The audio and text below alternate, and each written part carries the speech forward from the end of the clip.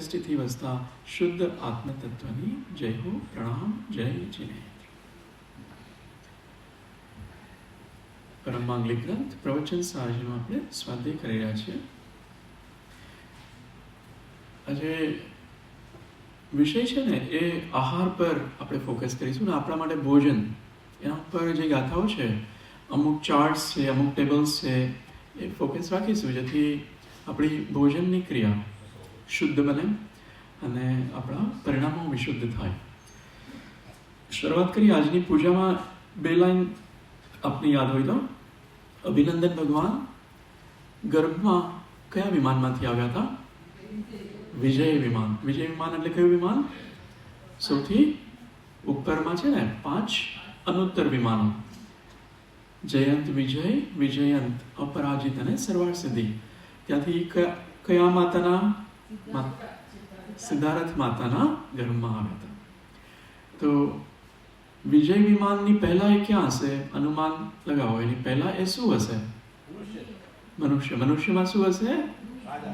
મુનિ અવસ્થામાં હશે. એ વિમાન સુધી પહોંચવા માટે નિયમથી મુનિ પણ હોવું જોઈએ, હે ને?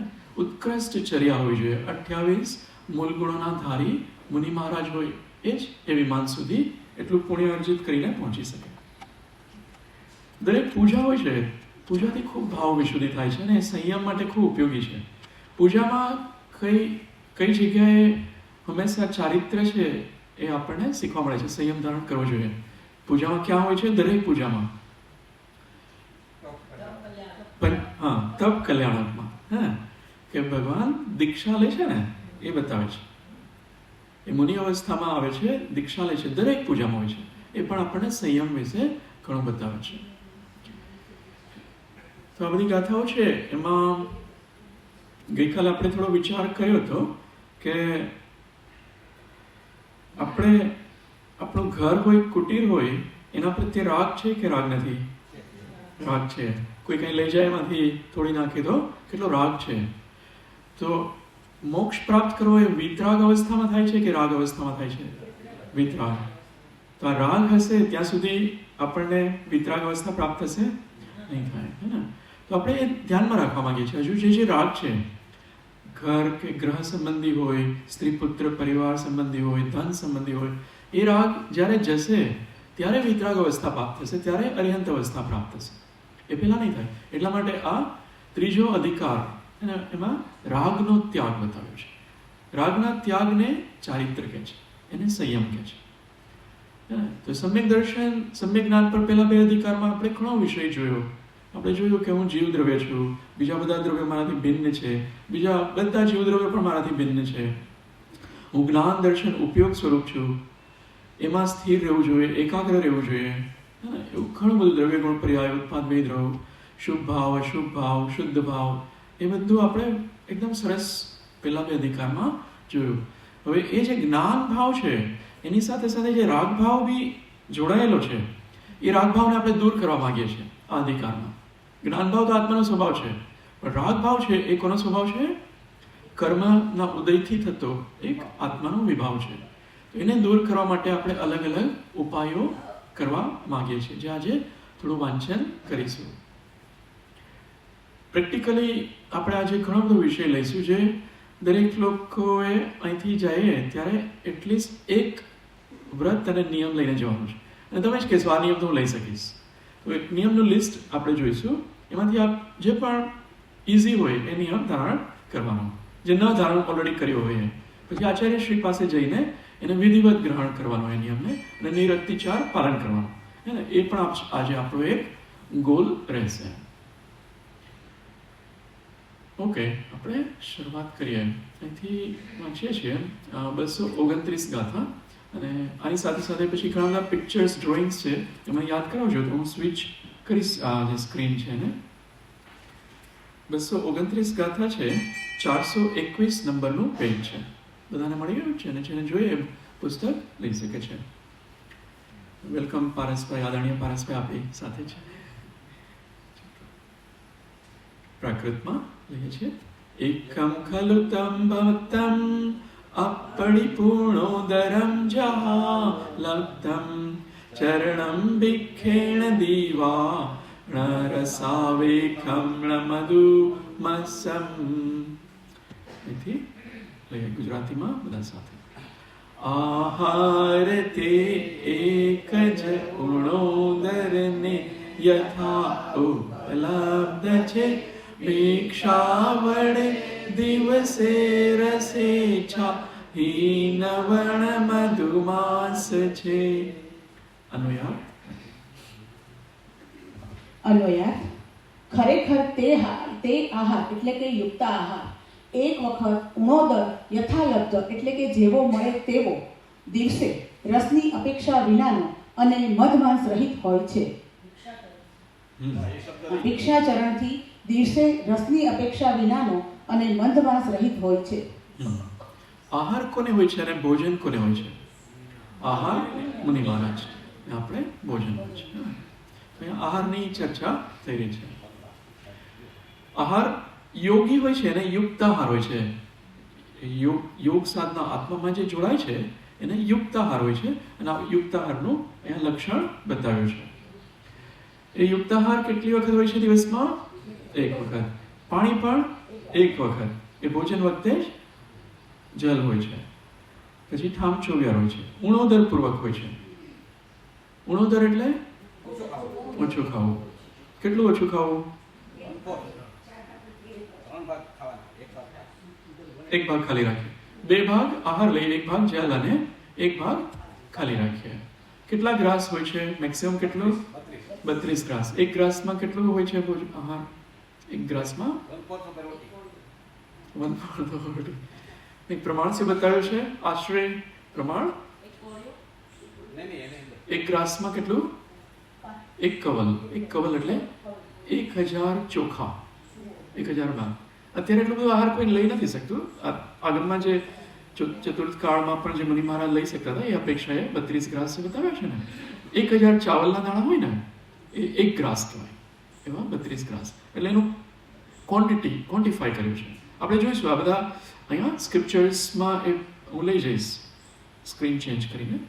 તો એ ઉણોદર કરવાનું. માની લો 32 ગ્રાસની બદલે 31 ગ્રાસ લેવાનું, એનાથી વધારે નહીં લેવાનું. એટલે આપણી જેટલી ભૂખ હોય, એપેટાઇટ હોય, એનાથી થોડું ઓછું લેવાનું. અને જેવો મળે તેવો હોય આહાર યથાલબ્ધ. એટલે માની લો એમાં મીઠું ના હોય, સાકર ન હોય, ખાંડ ન હોય, મરચું ન હોય, તો આપણે એવું નહીં કહેવાનું કે જરા થોડું એડ કરી આપો. જે હોય એનો સ્વીકાર. એ હા, યથાલબ્ધ. આપણા માટે આ અભ્યાસ રૂપે છે આ બધું. ગઈકાલે કેટલા લોકો એક વખત આહાર લીધેલું, ભોજન લીધેલું? ગઈકાલે અષ્ટમી હતી ને, તો એ અભ્યાસ કરવાનો છે આપણે. હા, વેરી ગુડ. તો આ બધાને મુનિ બનવું ઇઝી છે, જેને હાથ ઊંચા કર્યા.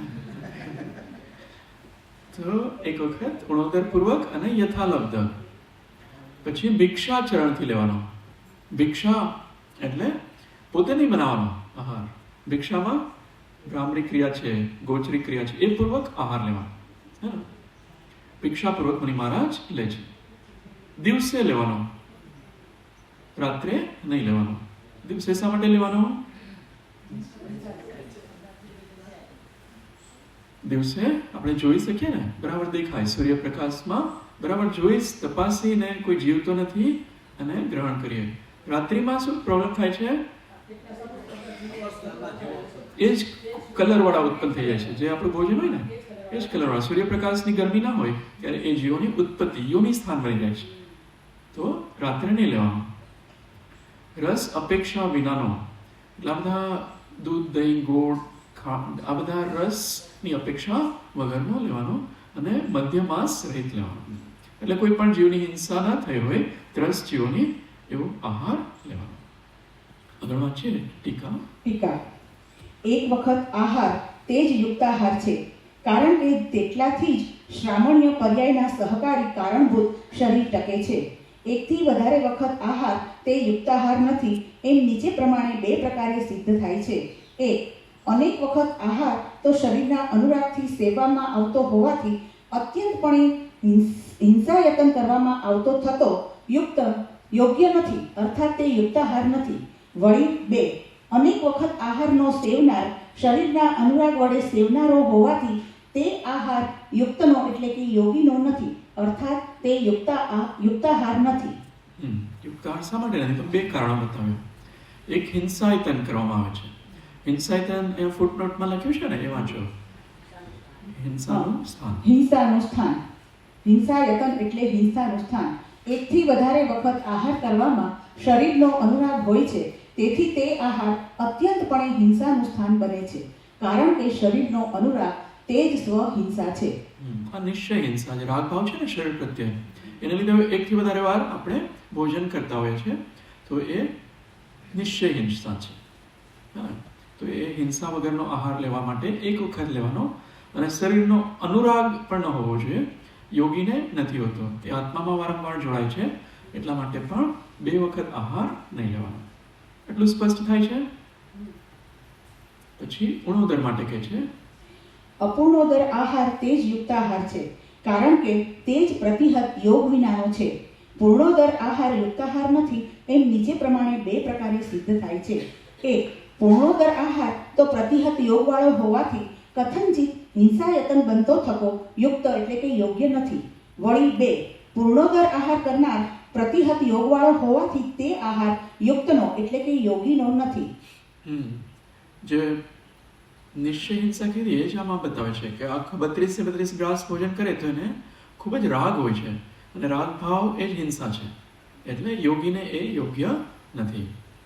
અને પ્રતિહત યોગવાળાને પણ એ પૂરો આહાર યોગ્ય નથી. જે યોગી હોય છે એને એ યોગ્ય નથી. યુક્ત આહાર જ યોગ્ય છે.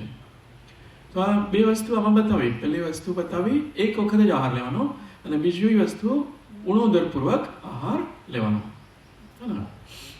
પછી ત્રીજો પોઈન્ટ, યથાલબ્ધ આહાર તે જ યુક્ત આહાર છે, કારણ કે તે જ આહાર વિશેષ પ્રિયતા સ્વરૂપ અનુરાગથી શૂન્ય છે. એક, અયથાલબ્ધ આહાર તો વિશેષ પ્રિયતા સ્વરૂપ અનુરાગ વડે સેવવામાં આવતો હોવાથી અત્યંતપણે હિંસાયતન કરવામાં આવતો થતો યુક્ત એટલે કે યોગ્ય નથી. વળી બે, અયથાલબ્ધ આહારનો સેવનાર વિશેષ પ્રિયતા સ્વરૂપ અનુરાગ વડે સેવનારો હોવાથી તે આહાર યુક્તનો યોગીનો નથી. વિશેષ પ્રિયતા હોય ને એ પણ હિંસા છે. એક તો મુનિ મહારાજને આહાર લેવાનો જ ઉપદેશ છે, હે ને, તીર્થંકર ભગવાનનો આહારચર્યાનો ઉપદેશ છે. આહારચર્યામાં એવા કેટલા બધા લિમિટેશન હોય કે એક વખત જ લેવાનો, ઉણોદરપૂર્વક લેવાનો, અને કોઈ વિશેષ પ્રિયતાપૂર્વક નહીં લેવાનો. આહારચર્યા તો આવી રીતે હોય છે અંજલિમાં, એ આહારચર્યા છે. એમાં આ આવું જોઈએ કે આવું જોઈએ એવું ના હોય, એ અહીંયા બતાવે છે. આપણે થોડું આહાર વિશે જોઈએ. આગળ પણ આ વિષય આવે છે, અહિંસક આહાર. તો ઓકે, આપણા માટે હવે થોડું ઉપયોગી થાય એ વિશે પણ જોઈએ. એક સેકન્ડ. તો અભક્ષ આહાર કોને કહેવાય? કોણ કહેશે અભક્ષ આહાર?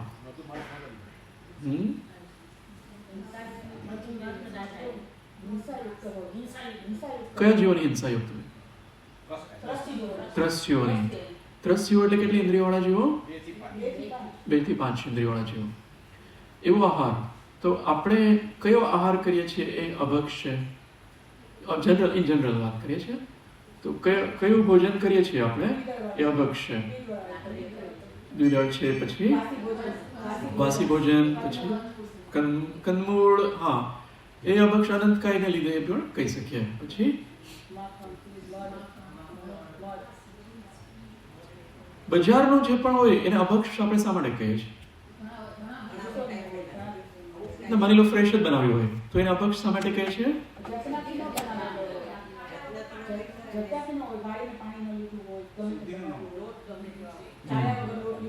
બહુ સરસ.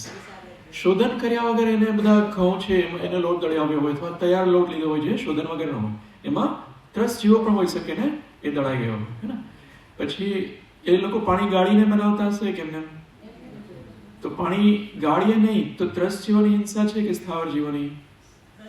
ત્રસ જીવો. ત્રસ જીવો હોય છે, ગાળ્યા વગર પાણી હોય એમાં ત્રસ જીવો હોય છે. એટલે બજારનો નાસ્તો પણ આપણે ખાઈ શકીએ. આ સેવ ને બધું આવે છે ને, અલગ અલગ વસ્તુ, એ બજારનું ના ખાઈ શકીએ. એ કંઈક ગાળીને કે શોધન કરીને બનાવે છે? નથી બનાવતા. એવું કોઈ બનાવતું હોય અલગ વસ્તુ છે, પણ નહીં તો એ નહીં વાપરવાનું. તો અભક્ષ ભોજન અહીંયા લખ્યું છે, જો હોટલના ચાય કોફી. વિજ્ઞાનમતી માતાજી, આપણે કોઈને બધાને ખ્યાલ હશે, એમને ઘણા બધા, જેમ કે આ તત્વાર્થ મંજુષા, શીલ મંજુષા, પછી સંસ્કાર મંજુષા, કેટલા બધા પુસ્તકો જેમને લખ્યા છે. એમાંથી આ એક ભોગ પરિમાણ નામની એક પુસ્તકમાંથી આ ફોટો લીધો છે. તો બજારની આ ચા ને એવું બધું નહીં લેવાનું. શહદ એટલે મધ, અફીમ, અશુદ્ધ કાલા નમક એ બધું નહીં લેવાનું. વરક, ફ્રૂટ જેલી, ટાટા નમક, ટોફી, આ બધું ઇન જનરલ છે. આ બધું એમને આઈડેન્ટિફાઈ કર્યું છે કે આ બધું અભક્ષમાં આવે છે. ચરસ, પછી દહીં યા છાસ કે સાથ દાલ એ નહીં લેવાનું. મીઠા દૂધને જમાવાનું નહીં એવું લખ્યું છે. મીઠે દૂધ કા જમા દહીં નહીં લેવાનું. બિસ્કિટ, બ્રેડ, આ કોઈ લે છે? બ્રેડ ને બિસ્કિટ ને એવું. ચ્યુંગમ, પછી ગ્લુકોઝની પણ ના લખ્યું છે. ગ્લુકોઝ છે ને, એમાં એવું લખ્યું છે કે ગ્લુકોઝ કે સ્થાન પર શક્કર, 1 ચમચી નમક પાણી પીવાનું. એમાં કોઈક અશુદ્ધિ હશે એટલે લખ્યું છે માતાજીએ, અને મર્યાદા પણ એની જતી રહે છે એ અપેક્ષા લખ્યું હશે. લેમન ડ્રોપ, આઈ થિંક એ ઘણા રેડીમેડ લેમનના પેલા ટીપાઓ આવતા હશે એ બોટલમાં, કન્ટેનરમાં, એ નહીં લેવાનું. એમાં જે પણ વસ્તુમાં પાણી હોય ને એમાં ત્રસ જેવું ઉત્પન્ન થઈ જાય થોડા જ સમયમાં. એટલે લિક્વિડ વાળો કોઈ પણ વસ્તુ આપણા માટે અભક્ષ છે. શરબતના પેલા લિક્વિડ આવે ને જેમાં પાણીનો ભાગ, ઇવન રોટલી આપણે શા માટે બીજા દિવસે નથી ખાતા? જીવ ઉત્પન્ન થઈ જાય છે, પાણીનો ભાગ હોય છે. રોટલીને શેકી નાખો તો એમાં જીવ નહીં ઉત્પન્ન થાય. જ્યાં જ્યાં પાણીનો ભાગ છે એમાં ત્રસ જીવો ઉત્પન્ન થઈ જાય છે. એટલે એ બધું નહીં ખાવાનું. મિલ્ક, બ્રેડ ને બધું લખ્યું છે ને, આ બધું અભક્ષ છે. ચોકલેટ, આઈસ્ક્રીમ, આમ તો કોઈ બી આઈસ્ક્રીમ ના ખવાય. રેડીમેડ મસાલા, મેંદો, આટા, બેસન, બજારનું આ બધું નહીં ખાવાનું.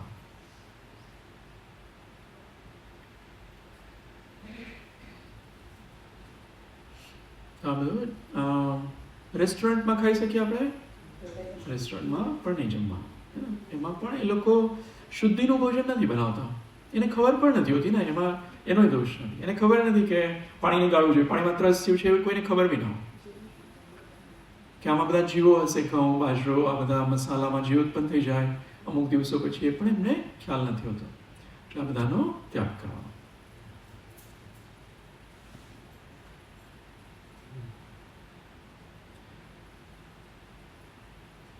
फ्रूट जेली आदि मांसाहार में आते हैं. जेली આવે છે ને કઈ, એ નહીં ખાવાની.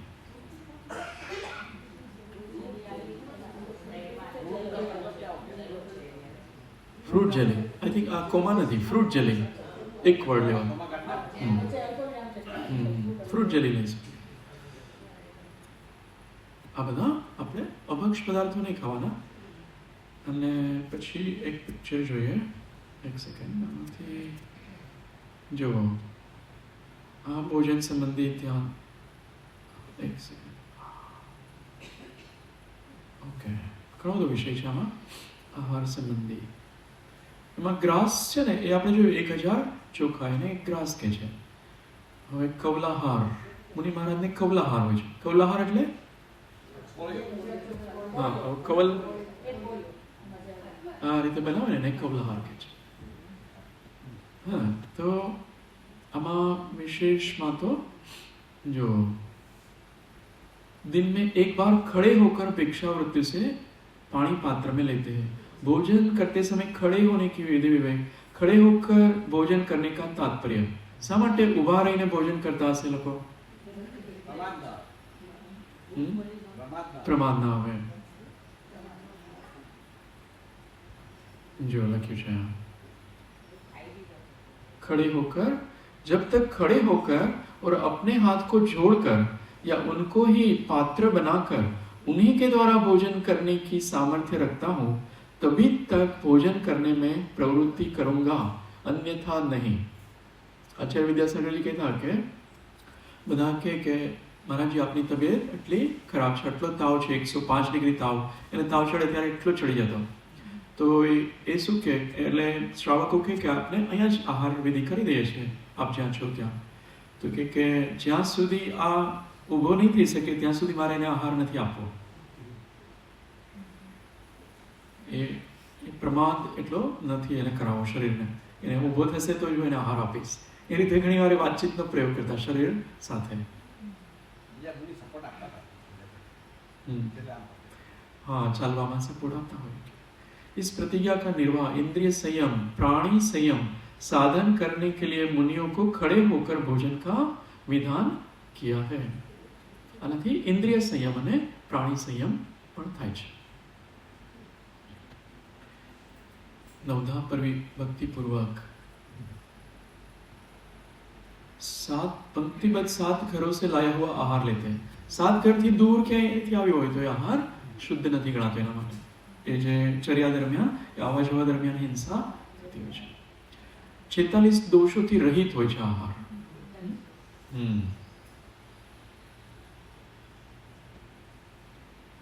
અંધકર્મ એના માટે જ બનાવ્યો એ આહાર પણ ન લઈ શકે.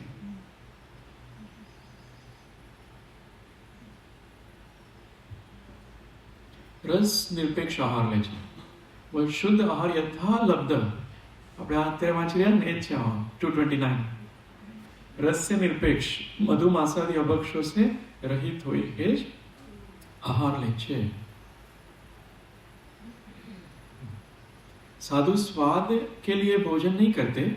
शीतल गरम सूखा रूखा चिकना विकार रहित लोन रहित ऐसे भोजन को वे मुनि स्वाद रहित जिमते हैं. पाक कराने में 5 उपकरणों से अध कर्म में प्रवृत्त हुआ अनुमोदना प्रसन्न जो मुनि उस पचनादि से नहीं डरता हुआ मुनि भोजन करता हुआ भी आत्मघाती है. न तो मुनि है न सम्यक दृष्टि है. और जे दोष वाला आहार है ने एवो आहार ए ना करे, नहीं तो इन्हें हिंसादि दोष लागी जाए छे. तो આપણે પણ એ ધ્યાનમાં રાખવાનું કે એ સંબંધી કંઈ લખ્યું છે એવો આહાર, દોષવાળો આહાર નહીં કરવાનો. અને વિશેષ પછી લઈશું મૂલાચારમાં છે. આપણે સામાન્ય રૂપે લઈએ છીએ. આપણા માટે શું છે, આપણે આહાર કરીએ ત્યારે આમાં લખ્યું છે મૌનપૂર્વક કરવાનું. કેટલા લોકો મૌનપૂર્વક કરે છે? મૌનપૂર્વક કરવાનો, બોલવાનું નહીં. શું દોષ આવે બોલીએ તો? જ્ઞાનાવળી કરવાનો બંધ થાય. શા માટે થાય? હા, અહીંયા જે સ્વર નીકળે છે ને, આપણે બોલીએ છીએ અક્ષર નીકળે છે, એ જગ્યા અને એઠા મોઢાની જગ્યા બે એક જ છે. અક્ષર એ શ્રુતમાં આવે છે, તો એઠા મોઢાથી બોલીએ અક્ષરને એ શ્રુતની અવહેલના વિરાધના છે, ત્યાંથી જ અક્ષર નીકળે છે. એટલે એઠા મોઢે નહીં બોલવાનું. મૌનપૂર્વક આહાર. પછી આગળ પાછળ વાતચીત કરી લેવાની, પણ જમતી વખતે મૌન. ભાવ સહિત સ્વસ્થાનો આહાર. 14 મલદોષમમ નખ રોમ બાલ લખ્યું છે ને. પ્રાણ સહિત શરીર, હાડ गेहूं आदि कण, चावल का कण, આ બધા પેલા અશુદ્ધિઓ લખેલી છે, એનાથી અંતરાય આવી જાય છે. અત્યારે વિશેષ નથી લેતા, પણ આ બધા દોષો છે. 16 ઉદ્ગમ દોષ. આપણે આહારદાન આપીએ ત્યારે આ બધું ધ્યાન રાખવું જોઈએ. 10 અશન દોષ. સંયોજનાદિ 4 દોષ. દાતારના ગુણ, સંયમ રક્ષા, આ વિશે બધું આમ આપ્યું છે. તો આપણે આ બધું ધ્યાન રાખવાનું. जो लख्યું છે ને 1000 चावलों का एक कवल होता है. एक ग्रास છે ને, ग्रास ये 1000 चावल में एक ग्रास. स्वस्थ मनुष्यों के आहार में ग्रासों का प्रमाण. એટલે આપણે 3 ભાગ જ લેવાનો ભોજન. 2 ભાગ ભોજન, 1 ભાગ પાણી અને 1 ભાગ ખાલી રાખવાનો, અને મૌનપૂર્વક રહેવાનું. હવે આપણો સમય પણ થવા આવ્યો છે. થોડું વાંચન કરીએ આગળ. જો આમાં એક અમાયનમાં જે રવિન્દ્રજી થઈ ગયા, એમને એક સરસ પુસ્તિકા જેવું બનાવ્યું છે.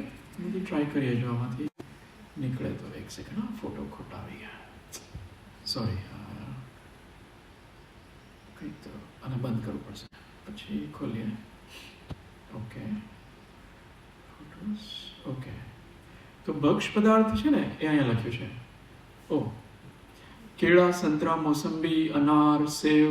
આપણે ભક્ષ કયું કયું વાપરી શકીએ એનું લિસ્ટ અહીંયા છે. સ્લો છે આ. ઓકે, આવે છે ને? આ બધા ફળ લઈ શકીએ, આ બધી સબ્જી લઈ શકીએ, એ ભક્ષ છે. ખટાઈ, ડ્રાય ફ્રૂટ, મસાલા, દાળ, નમક, સેંધા નમક લેવાનું, ઘી, મર્યાદાવાળું આ હોય છે, દહીં, આ રીતે જમાવાનું, હે ને? એ બધું અહીંયા વિશેષ બતાવ્યું છે. અને મર્યાદા જે ઉકાળેલું પાણી હોય ને એની 24 કલાકની મર્યાદા છે. અને ગળેલું ખાલી પાણી હોય એની મર્યાદા કેટલી છે? 48 મિનિટ. એમાં ત્રસ જીવ નથી. ગાળેલું પાણી, હા, અહીંયા 24 કલાક લખ્યા છે ને? હા, એકદમ ઉકળેલું હોય ને 24 કલાક લખ્યા છે. નહીં તો બપોરનું પણ 3 કાળનું પણ પાણી બનાવે છે અલગ અલગ ટેમ્પરેચરથી. 48 મિનિટ. 48 મિનિટ એ નહીં જીવ ઉત્પન્ન થાય. તો આ બધું છે આહાર સંબંધી. હવે એમાં વ્રત, હવે તમારે કયું વ્રત લેવું છે એ કહેજો. આમાંથી જે 12 વ્રત છે ને એના બધા ઉત્તર ભેદો આપ્યા છે. તો આમાંથી બહુ આપણી પાસે સમય ઓછો હોવાથી હું ખાલી 1-2 વ્રતની ચોઈસ આમાંથી આપું છું જે બહુ ઇઝી છે. તો આ વ્રત તમે લઈ શકો ને, દિગ વ્રત. I will not live in country other than India and USA, for example. આ દેખાય છે? ઓકે. તો આ લગભગ 15 વર્ષ પહેલા સ્પ્રેડશીટ બનાવેલી હતી ત્યાં યુએસમાં. એમાં 12 વ્રત છે. તો તમારે તમારી સ્પ્રેડશીટ બનાવવાની પોતાની. આ તમારા ટેમ્પલેટ રૂપે હું મોકલાવીશ જોઈએ છે એમને. તો દિગ્વ્રત છે ને એમાં એ રીતે. તો બીજા દેશ સંબંધી જે કર્મનો આશરો થાય છે ને ત્યાં જવાની ઈચ્છાનો એ આશરો રોકાઈ જશે. એટલે દેશ નક્કી કરી રાખવાના, એટલા દેશ સિવાય હું ક્યાંય ટ્રાવેલિંગ નહીં કરું, અને બોટમાં હું ટ્રાવેલિંગ નહીં કરું, અથવા આખા જીવનમાં આટલી વારથી વધારે હું બોટમાં ટ્રાવેલિંગ નહીં કરું. સ્ટીમર હોય ને જે પાણીમાં ચાલતી હોય એમાં હું આનાથી વધારે ટ્રાવેલિંગ નહીં કરું, એવો નિયમ લઈ શકાય. પ્લેનમાં આનાથી વધારે ટ્રાવેલિંગ નહીં કરું. રાત્રે હું બહાર ફરવા નહીં જાઉં, અથવા આટલી વાર નહીં જાઉં. રાત્રે જવામાં શું થાય? જીવોની ખૂબ વધારે હિંસા છે, એટલે રાત્રે ગાડી નહીં ચલાવવાની. બહુ ઇમરજન્સી હોય તો જ બહાર જવાનું. તો આમાંથી આ વ્રત લઈ શકો ને. પછી મુનિ મહારાજ આચાર્ય પાસે જઈને અંગીકાર કરવાના. અપરિગ્રહ વ્રત લઈ શકાય. હા, પરિમાણ કરી દેવાનું. આ ધનથી વધારે ધન હું નહીં રાખું. એનાથી બહુ બેનિફિટ થાય છે. ખાસ કરીને અમારા જેવા યંગ લોકો એને બહુ બેનિફિટ થાય છે. તમારું બધું સેટ થઈ ગયું હશે મોટા ભાગનાનું. પણ એમાં શું થાય કે પછી નવું ધન ઉપાર્જન કરવાની ઈચ્છા જ ના થાય ને. એટલે એ આખો ટાઈમ બચી ગયો. જેટલું છે એટલું જ પરિમાણ કરી નાખ્યું, અને જેટલું છે એમાંથી બધી ઇન્વેસ્ટમેન્ટ ઇન્કમ આવતી હોય એફડી કે જેવી હોય આરડી, એ બધી પરિમાણની ઉપર થઈ જશે. ખ્યાલ આવે છે ને? તો એ બધું ધનને શું કરશો? દાન. એ આપણું નથી, એ રીતે આવી ગયું. એ ધન આપણું નથી. પરિમાણનું બહારનું બધું ધન આપણું નથી. એટલે મારાપણું નહીં હોય તો દાન આપવું બહુ ઇઝી છે. મારાપણું હોય તો હજુ બી એમ થાય મેં આપ્યું, મારું જ નથી. એટલે એનો આનંદ વધારે આવશે. નવું ભેગા કરવાનો, જોડવાનો એ બધો સમય બચી જશે. હા, એ પોતાના માટે બી અમુક ભાગ રાખવાનો, અને જે આપણા માટે નથી જરૂર એ બધું દાન વાળા અકાઉન્ટમાં રાખવાનું. આપણા માટે કેટલું જોઈએ છે એ રાશિ નક્કી કરી અને એ અલગ અકાઉન્ટમાં રાખી દેવાનું સર્વાઈવલ માટે. અને બીજું બધું દાનમાં એ નંબર નક્કી કરી નાખવાનો કે મારે મંથલી આટલો એક્સપેન્સ છે તો એટલું અલગ અકાઉન્ટમાં. નથી ઘરની લિમિટ રાખવાની, કેટલા ઘર વધારે મારે રાખવા છે, કેટલા જોડી કપડાં, કેટલા જોડી બૂટ ચંપલ, સોનું ચાંદી, સર્વન્ટ્સ, કોઈ વ્યક્તિ સેવા માટે રાખ્યા હોય એ બધાની મર્યાદા કરી કાઢવાની. તો શું થશે કે આ જે સ્થૂળ બધા કર્મનો આશરો છે એનાથી બચી જવાશે. પછી આત્મામાં રહેવું વધારે સહેલું થઈ જશે. આ બધા ઓછું કરી નાખ્યું ને, બધા પરિગ્રહને વાળ બાંધી દીધી, તો આત્માનો ઉપયોગ પછી દૂર નહીં જાય, એટલામાં જ સીમિત થઈ જશે. પછી જ્ઞાન સભામાં રહેવું વધારે સહેલું પડશે. એટલા માટે આ વ્રતો બધા આચાર્યોએ બતાવ્યા છે. તો આ બધા વ્રત છે. આમાં બ્રહ્મચર્ય વ્રત કેટલા લોકોએ લઈ લીધું છે? બ્રહ્મચર્ય વ્રત બધા લોકોએ લઈ લીધું ઓલમોસ્ટ. Very good. આ બ્રહ્મચર્ય વ્રત બહુ ઉપયોગી છે. એ રીતે અચૌર્ય વ્રત, સત્ય વ્રત, અહિંસા વ્રત એના બધા અહીંયા લખ્યું છે. પેસ્ટ કંટ્રોલ વગેરે નહીં કરવાનું, કોઈ બર્ડ્સને નહીં મારવાના કે કીડી મકોડા, એ બધું ઘણું બધું એમાં લખ્યું છે. અને આ એક ખાસ વ્રત લેવાનું. કયું વ્રત? સામાયિક વ્રત. સામાયિક વ્રત કેટલા લોકોએ લીધું છે? હા, કેટલી સામાયિકનું વ્રત લીધું છે? એક. થાય છે કેટલી? 2 કે 3 થઈ જાય છે ને? હા, તો એ પછી રોજ થતી હોય તો નિયમ પછી લઈ લેવાનો વ્રત રૂપે કે 2 સામાયિક. અને એ પણ સંધ્યાકાળે કરી દો વધારે સારું. ત્યારે ભગવાનની દેશના જ્યારે થતી હોય એ સમયે કરવાની. એની વિધિ છે. હા, સામાન્ય વિધિમાં ચારેય દિશામાં પંચપરમેષ્ઠી ભગવાનને નમસ્કાર કરવાના. 3 આવી રીતે આવર્ત આપવાના, શિરોનતિ આ રીતે ખમાસણા આપવાના ચારેય દિશામાં. અને પછી બધા પરિગ્રહનો ત્યાગ કરી દેવાનો. મુનિ બની ગયા હોય એ રીતે થઈ જવાનું. ખાલી વસ્ત્ર ઢાંકેલું છે શરીર ઉપર, બાકી બધાનો ત્યાગ.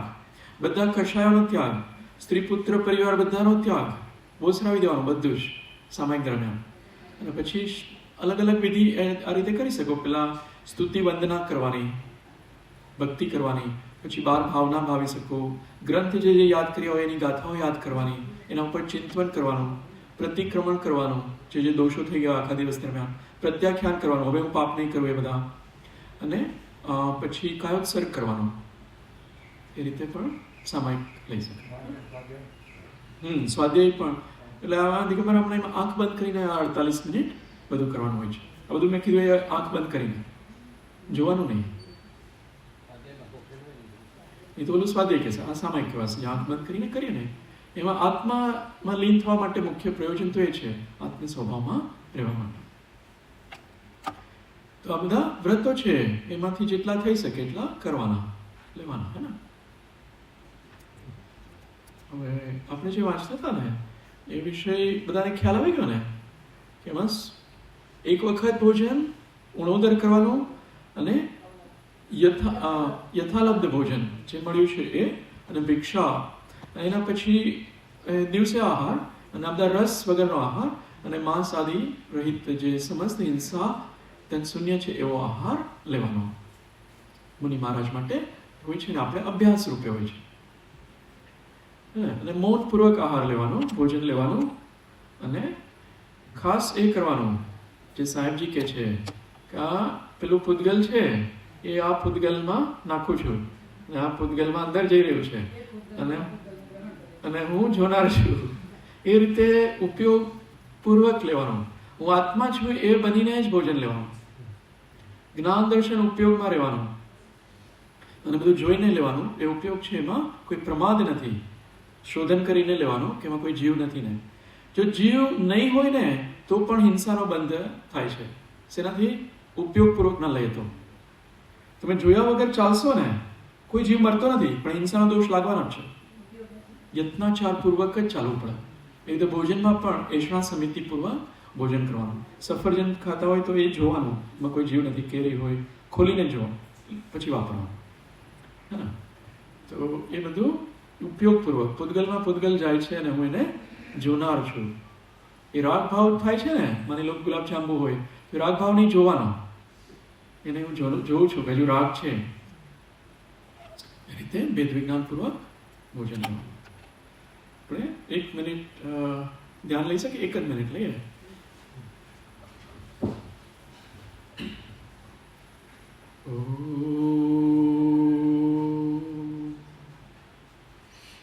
સ્વયંને આ દેહથી ભિન્ન જુઓ. દેહ પૂતગલ દ્રવ્યોના સ્કંદોનો બનેલો છે, અને હું તેની મધ્યમાં પૂતગલોથી ભિન્ન એવા જીવ દ્રવ્યથી બનેલો છું.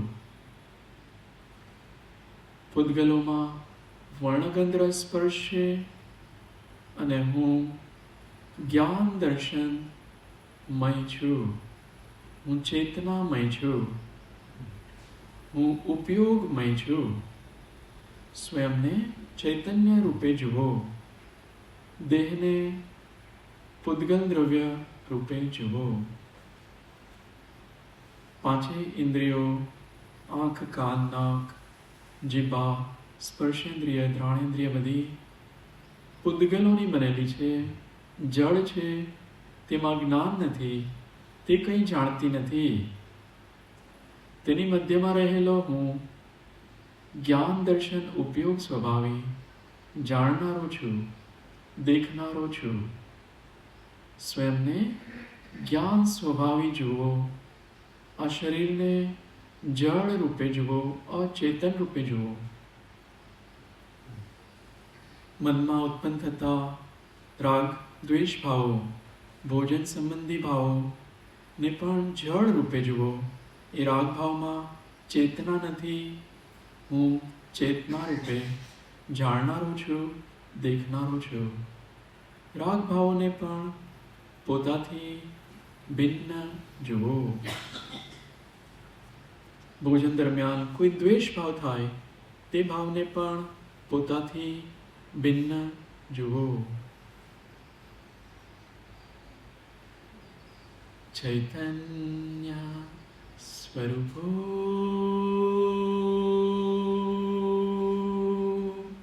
હમ જ્ઞાન દર્શન સ્વરૂપો હમ શુદ્ધો હમ શાંતો હમ एको